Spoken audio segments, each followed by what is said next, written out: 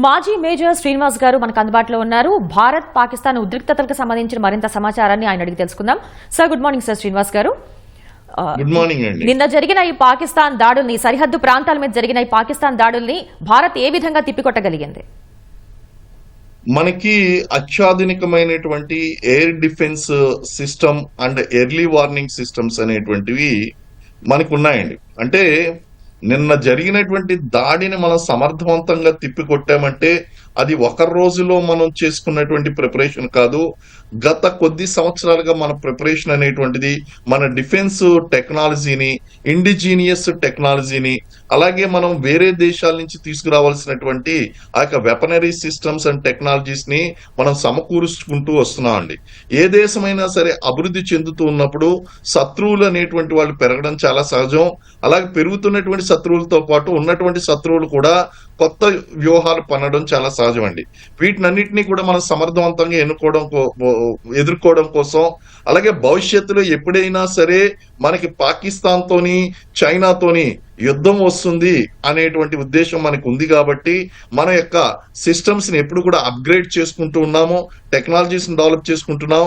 ఎప్పుడైతే మనం ఆపరేషన్ సింధూర్ అనేటువంటిది లాంచ్ చేశామో, ఆపరేషన్ సింధూర్ కి ప్రతిగా పాకిస్తాన్ ఖచ్చితంగా తన యొక్క దుందుడుకు చర్యలను ప్రారంభిస్తుంది అని చెప్పేసి మనకి తెలుసు. అదే విధంగా లైన్ ఆఫ్ కంట్రోల్లో విచ్చలవిడిగా కాల్పులు జరపడం, దానికి సమాధానంగా నిన్న మనం అంటే మేము కేవలం నువ్వు బార్డర్ లో కాల్పులు జరిపితే నేను నీ యొక్క ఇన్సైడ్ డిఫెన్స్ ఇన్స్టాలేషన్స్ ఏదైతే ఉన్నాయో దాన్ని కూడా కొట్టగల కెపాసిటీ మాకు ఉంది అని చెప్పి ఇటు Indian army, Indian navy, Indian air force joint గా తీసుకొచ్చినటువంటి ఒక ఆపరేషన్ లో చాలా సమర్థవంతంగా తెప్పుకొట్టగలిగామో, అలాగే మనం రష్యా నుంచి తెచ్చుకున్నటువంటి S-400 ఏదైతే ఉందో అవి చాలా అద్భుతంగా పనిచేశాయి. అలాగే పాకిస్తాన్ ప్రయోగించినటువంటి డ్రోన్స్ ఏదైతే ఉన్నాయో ఆ డ్రోన్స్ ని మనం చాలా సమర్థవంతంగా గాల్లోనే పేల్చేయగలుగుతున్నాం. నిన్న రాత్రి చేసిన తర్వాత మనం 9 నగరాల మీద మనం దాడి చేయగలిగాం. దాడి చేసి వాళ్ళ యొక్క క్రూషియల్ ఇన్స్టాలేషన్స్ ఏదైతే ఉన్నాయో ఆ నేవల్ ఇన్స్టాలేషన్స్, అలాగే డిఫెన్స్ ఇన్స్టాలేషన్స్, అలాగే వాళ్ళ యొక్క early warning system, air defence system, దాంతో పాటు పాకిస్తాన్ కి జీవనాడి అయినటువంటి పాకిస్తానీ కరాచీ నేవల్ పోర్ట్ మీద కూడా మనం దాడులు చేసి అక్కడ క్రూషియల్ అంటే ఇది సప్లై చైన్ ని కట్ చేయగలం. దాని ద్వారానే మనకి పాకిస్తాన్కి ఆ యొక్క డీజిల్ లేకపోతే ఫుడ్ చైన్స్ ఇవన్నీ కూడా సప్లై అవుతాయండి. వాటినన్నిటిని కూడా మనం క్రూషియల్ గా సాధారణంగా యుద్ధం చేసే కంటే ముందు మనం ఏం చెప్తారు అంటే శత్రువు యొక్క ప్రధానమైనటువంటి ఆయుధ భాండాగారాలను, కమ్యూనికేషన్ ని, వాళ్ళ యొక్క స్ట్రెంగ్స్ ఏదైతే ఉన్నాయో ఆ క్రూషియల్ ఇన్స్టాలేషన్స్ ని నాశనం చేయండి అని చెప్పేసి చెప్తారు. అదే పని మన ఇండియన్ ఆర్మీ ఇప్పుడు చేసి చూపించింది. కారణం ఏంటి అంటే ఈ చేయడంలో కూడా చాలా సంయమనం పాటించిందండి. కారణం ఏంటి అంటే ఒక్క సివిలియన్ ఇన్స్టాలేషన్ మీద గాని లేదా పౌర సముదాయం మీద గాని దాడి జరపలేదు. ఈవెన్ మనం ప్రధాని కార్యాలయానికి సమీపంలో మనం బాంబులు వేశాం తప్ప అది ఆయన భవంతి మీద వేయలేదు. అంటే ప్రెసిషన్ ఉన్నటువంటి మన ఇండియన్ ఎయిర్ డిఫెన్స్ కి, ఇండియన్ ఎయిర్ ఫోర్స్ కి అక్కడ వేయడం అనేటువంటి పెద్ద కష్టమేం కాదు. అది మిస్ అవ్వలేదు. మనం మిస్ చేసామండి అక్కడ ఖచ్చితంగా. కారణం ఏంటి అంటే వాళ్ళని చంపడం మన ఉద్దేశం కాదు, మన మీద యుద్ధానికి చెయ్యాలి, మనకు నష్టం కలిగించాలి అనేటువంటి ఆలోచనని చంపడానికి మనం ప్రయత్నం చేస్తున్నాం. మొదటి నుంచి కూడా మనం పాకిస్తాన్ ని ఓడించడం కాదు, భారత్ ని నాశనం చేయాలి అనేటువంటి ఆ పాకిస్తాన్ యొక్క ఆలోచన ఏదైతే ఉందో ఆ ఆలోచనని దెబ్బతీయడం కోసం మన ప్రయత్నాలు జరుగుతున్నాయండి. అదే విధంగా ఉగ్రవాదం మీద చేస్తున్నటువంటి ఈ పోరుకి మన భారతదేశం, ప్రపంచమే ఉగ్రవాదంతో బాధపడుతుంది, పాకిస్తాన్ పెంచి పోషిస్తుంది. ఈ రోజు భారతదేశం దాన్ని అడ్డుకుంటుంది. కాబట్టి ప్రపంచ దేశాల మద్దతు అనేటువంటిది మన భారతదేశానికి ఉందండి. కాబట్టి ఒక్క అడుగును వేస్తే 10 అడుగులు నేను వేస్తాను అనే విధంగా మనం ఆ యొక్క జవాబు అనేటువంటి చెప్తున్నాం. మనకి హిందీలో ఒక కహావత్ ఉన్నదండి, ఖత్తర్ కా జవాబ్ ఈట్ సే దేంగే అనే విధంగా నువ్వు శ్రీనగర్, పఠాన్ కోట్ లేకపోతే ఈ బార్డర్ డిస్ట్రిక్ట్స్ లో నువ్వు ఏదన్నా ప్లాన్స్ చేస్తే నీ యొక్క ఇన్సైడ్ సిటీస్ ఏదైతే ఉందో ఇస్లామాబాద్ తో సహా మొత్తం సర్వనాశనం చేయగలిగినటువంటి టెక్నాలజీ మన దగ్గర ఉంది అని చెప్పి మనం ఆ యొక్క రాఫెల్ యుద్ధ విమానాలను ఉపయోగిస్తున్నాం, ఐఎన్ఎస్ ఉపయోగిస్తున్నాం. ఇంకా మనం పినాకని మనం రంగంలో దించలేదు, ఇంకా చాలా సిస్టమ్స్ మనం రంగంలో దించలేదు. సార్ శ్రీనివాస్ గారు, జరిగినటువంటి సార్ ఈ క్షిపణుల్ని గుర్తించేందుకు మన వద్ద ఎటువంటి అధునాతన ఆయుధ పరిజ్ఞానం ఉంది? మనకి ఎర్లీ వార్నింగ్ సిస్టమ్స్ ఉంటాయండి, ఎయిర్ డిఫెన్స్ సిస్టమ్స్ ఉంటాయి. ఆ సిస్టమ్స్ ద్వారా మన రాడార్ వ్యవస్థలో మనం ముందుగానే పరిగణించగలుగుతాం, అలాగే వాటిని పసిగట్టగలుగుతాం. పసిగట్టి మన క్షిపణులు ఏదైతే ఉన్నాయో అవి ముందుకు వదిలేస్తాయి. ఈవెన్ S-14-400 కూడా అటువంటిదే. ఇది ఏం చేస్తుందంటే ముందుగానే పసిగట్టినటువంటి ఆ యొక్క క్షిపణులు ఏదైతే ఉన్నాయో పాకిస్తాన్ క్షిపణుల్ని మనం ఒకేసారి లక్ష్యాన్ని ఛేదించే విధంగా మనం మల్టిపుల్ టార్గెట్స్ ని మనం చేసి వాటిని గాల్లోనే పేల్చేస్తామండి. వీటిని ఎర్లీ వార్నింగ్ సిస్టమ్స్ అంటారు. ఆ ఎర్లీ వార్నింగ్ సిస్టమ్ తో పాటు అవాక్స్ కూడా ఉన్నాయి అండ్ సొఫిస్టికేటెడ్ రాడార్ సిస్టమ్ ఉందండి మనకి.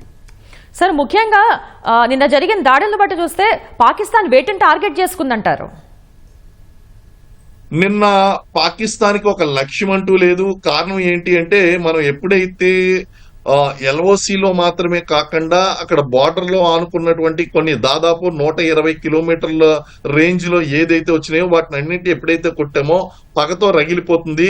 అంతర్జాతీయ సమాజంలోనే కాదు, ఈవెన్ పాకిస్తాన్ లో కూడా పాకిస్తాన్ ఆర్మీ అంటే పరుగు పోయింది కాబట్టి వాళ్ళు ఏదో రకంగా మేము భారతదేశం మీద దాడి చేశామో, మేము నష్టం కలిగించామని చెప్పి వాళ్ళ పరువు కాపాడుకునేటువంటి ప్రయత్నంలో వాళ్ళు ఏం చేశారంటే అమృత్సర్ ని టార్గెట్ చేశారు, కొట్టామండి. అలాగే ఆ బార్డర్ లో ఉన్నటువంటి డిస్ట్రిక్ట్స్ ఏదైతే రాజస్థాన్, పంజాబ్, జైసల్మేర్ ప్రాంతాలు ఏదైతే ఉన్నాయో వీటిని టార్గెట్ గా పెట్టుకుంది.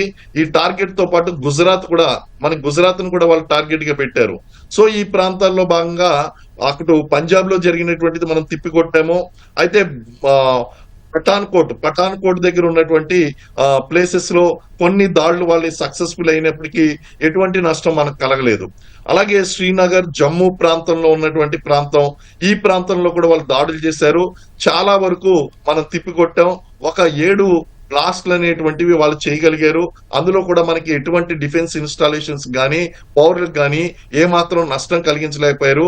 ఆ air strip, Jammu air strip ఏదైతే ఉందో ఎయిర్ స్ట్రిప్ మీద దాడులు చేయడం కోసం వాళ్ళు ప్రయత్నించారు.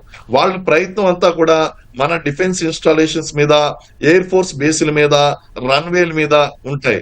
ఈవెన్ వాళ్ళు మన భారతదేశంలో ఉన్నటువంటి రన్వేలు కొట్టినా సరే మనం ఎంత ప్రీ ప్లాన్డ్ గా ఉన్నామంటే మన ఎయిర్ ఫోర్స్ విమానాలు మనకి ఆల్టర్నేటివ్ లొకేషన్స్ ఉన్నాయండి. మీకు ఒకసారి యుద్ధం ప్రారంభమైతే అర్థమైపోతుంది. ప్రస్తుతం నేను అది చెప్పాలనుకోవట్లేదు. ఏమిటి అంటే మనకు ఆల్టర్నేట్ లొకేషన్స్ అనేటువంటివి ఉన్నాయి. అలాగే అవసరమైతే మన సముద్రం నుంచి కూడా వెళ్ళిపోవడానికి ఎయిర్ క్రాఫ్ట్ క్యారియర్స్ ఉన్నాయండి. కాబట్టి ఒక లక్ష్యం అంటూ లేకుండా కేవలం ప్రతీకారమే లక్ష్యంగా పెట్టుకుని వాళ్ళు ఏది లక్ష్యాన్ని ఛేదించగలిగితే దాన్ని ఛేదించడం కోసం వాళ్ళు పిచ్చి పట్టినట్టు ముందుకు వస్తున్నారు. పాకిస్తాన్ ఆర్మీ అనేటువంటిది ఉగ్రవాదుల్లా ప్రవర్తిస్తున్నారండి. సార్ ఈ దాడులను ఇంత సమర్థంగా భారత సైన్యం తిప్పికొడుతున్న తర్వాత కూడా పాకిస్తాన్ వైఖరిలో మార్పు వస్తుందంటారా? దాని యొక్క ఆలోచన విధానాన్ని మనం కొట్టేంత వరకు కూడా పాకిస్తాన్ వైఖరిలో మార్పు రాదు. కారణం ఏంటి అంటే షిమ్లా ఒప్పందాన్ని మేము ఉల్లంఘిస్తున్నామని చెప్తున్నారు.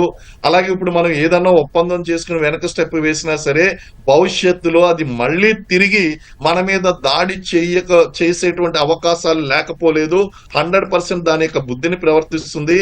ఆ యొక్క పాకిస్తాన్ లో ఉన్నటువంటి ఆ యొక్క మతపరమైనటువంటి అంశాలు ఏదైతే ఉన్నాయో ఆ మత మౌఢ్యాన్ని, మతవాదాన్ని వాళ్ళు ఈ యొక్క ఆర్మీతోనూ అలాగే వాళ్ళ యొక్క అడ్మినిస్ట్రేషన్ తోనూ వాళ్ళ యొక్క పాలనతోనూ మిక్స్ చేసినంత వరకు, వాళ్ళ జహాదీ నుంచి బయటికి రానంత వరకు మన భారతదేశం అంటే వాళ్ళు కుళ్ళుకోవడం అంటే ఒక జెలసీ ఫీలింగ్ తో ఆ ఫీలింగ్ ను వదిలిపెట్టేంత వరకు వాళ్ళకి సింపుల్ అండి. ఒకటి ఉన్నది, అసలు ఒకే రోజు పుట్టినటువంటి 2 కంట్రీస్ మనం ఒకటి ఇంతలా డెవలప్ అయ్యామో వాళ్ళు అలా ఉండిపోవడానికి గల కారణం ఏంటంటే వాళ్ళ యొక్క యాటిట్యూడ్, మానసిక స్థితి.